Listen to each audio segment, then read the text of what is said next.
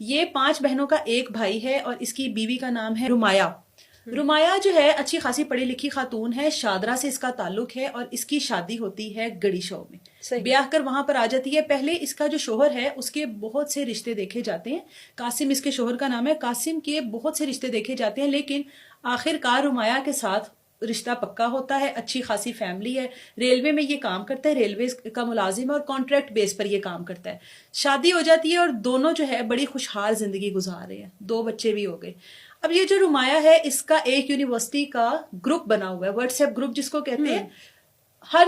آج کل ہر موبائل پہ کسی نہ کسی کے گروپس بنے ہوئے ہیں. بالکل. اب اس کا یونیورسٹی کا ایک گروپ بنا ہوا ہے جس میں اس کے یونیورسٹی کے تمام فرینڈز جو ہیں وہ ایڈ ہیں اور اس میں اس کی گپ شپ ہوتی ہے.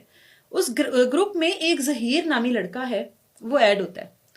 اب وہ جیسے اس گروپ میں ایڈ ہوتا ہے, نہ تو وہ اس کا یونیورسٹی فیلو ہے, نہ تو وہ اس کا کوئی کلاس فیلو ہے, نہ کبھی جان پہچان ہوئی, کوئی ایسا معاملہ نہیں, لیکن وہ اس گروپ میں ایڈ ہوتا ہے.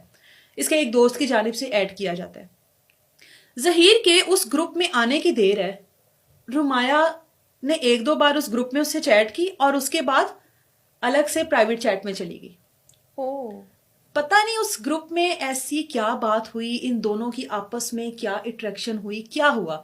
الگ سے پرائیویٹ چیٹ میں چلی گئی اور دونوں کی اچھی خاصی بات چیت شروع ہو گئی. اچھی خاصی بات چیت, کالز پر بات کرنا, میسیجز پر بات کرنا. اس کے شوہر کو, قاسم کو, کبھی اس پر شک نہیں ہوا کیونکہ ایک اچھی زندگی گزاری تھی, خوشحال, فائنینشلی اسٹرانگ تھا, عزت دیتا تھا, محبت دیتا تھا, گھر میں تھی, سکھی تھی, اچھی زندگی گزاری تھی اور شوہر نے کبھی اس کے اوپر شک نہیں کیا.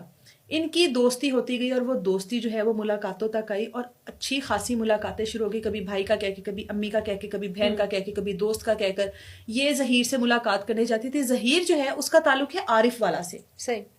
وہ بھی لاہور میں پڑھنے کے لیے آتا ہے اور رہائش جو ہے اس نے ایک فلیٹ میں رکھی ہوئی ہے.